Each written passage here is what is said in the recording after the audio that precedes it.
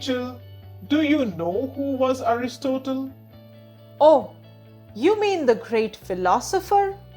Yes. Why don't you tell us his story today? Sure.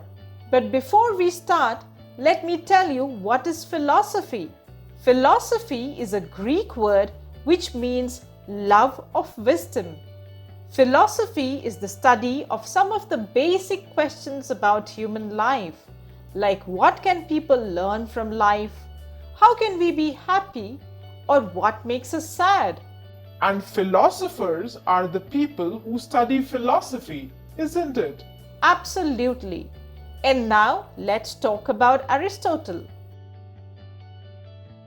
Aristotle was born in North Greece in the city of Stagira around the year 384 BC. And BC means before the birth of Christ. If you want to know more about BC, then watch our video on Alexander. Aristotle's father, Nicomachus, was the doctor to the King Amyntas of Macedonia. So, Aristotle enjoyed the royal life since his birth. Yes, growing up, Aristotle became interested in nature. He learned about Greek gods, philosophy, and mathematics. At the age of 17, Aristotle traveled to Athens to join Plato's academy, where he learned about philosophy and logical thinking. Who was Plato? Plato is one of the greatest philosophers of all times. Don't worry, we will do his story very soon. Aristotle stayed in Plato's school for about 20 years, first as a student and later as a teacher. Plato's academy was not a school or college like we have today. They didn't have classes on specific subjects taught by teachers. Instead, the teachers and students challenged each other with questions and then discussed. Aristotle left Plato's academy in 347 BC and traveled through Greece and Turkey. What made him different than other philosophers of his time? Aristotle had new ideas on how the world should be studied. He liked to take detailed observations. He even dissected animals to know about the function of each organ. So, this was different than any of his contemporary Greek philosophers. They did all the work in mind, but Aristotle always tested his ideas. Yes, this method of working laid the foundation of the science study we do today. Aristotle spent a lot of time learning about biology. He was the first person to classify different types of animals into groups. Aristotle's way of classification was called homomorphism. Homomorphism means classification based on forms or how the animals looked.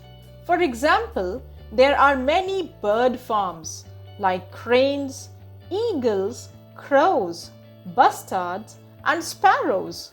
Rachel, in our video on Alexander the Great, you mentioned that Aristotle taught Alexander. I am happy you remember this, Pip.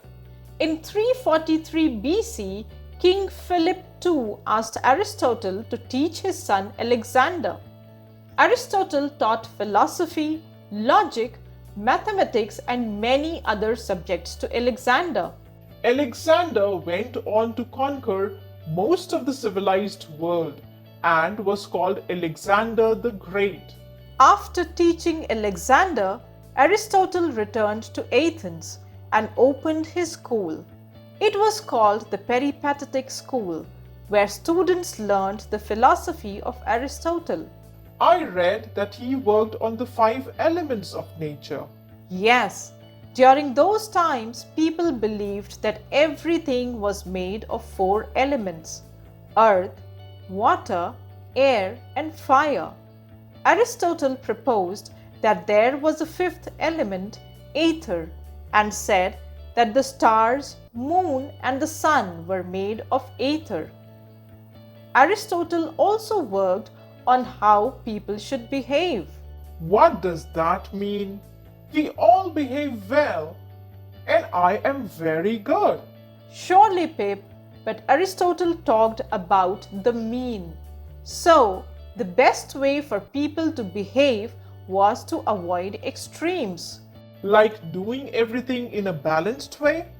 Don't eat too many chocolates, don't watch too much TV, don't play video games all the time.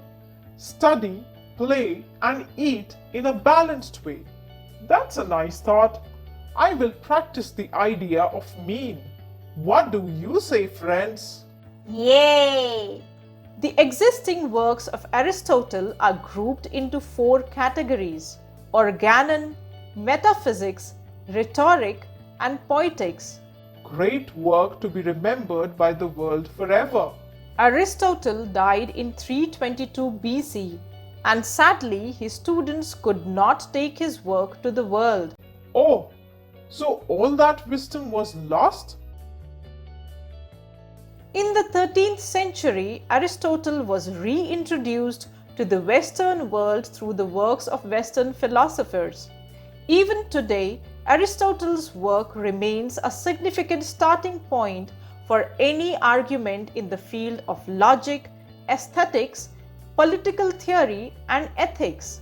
So, friends, do you remember what philosophy is? It is the study of life, happiness, behavior. Yes. Now, here is an activity for you.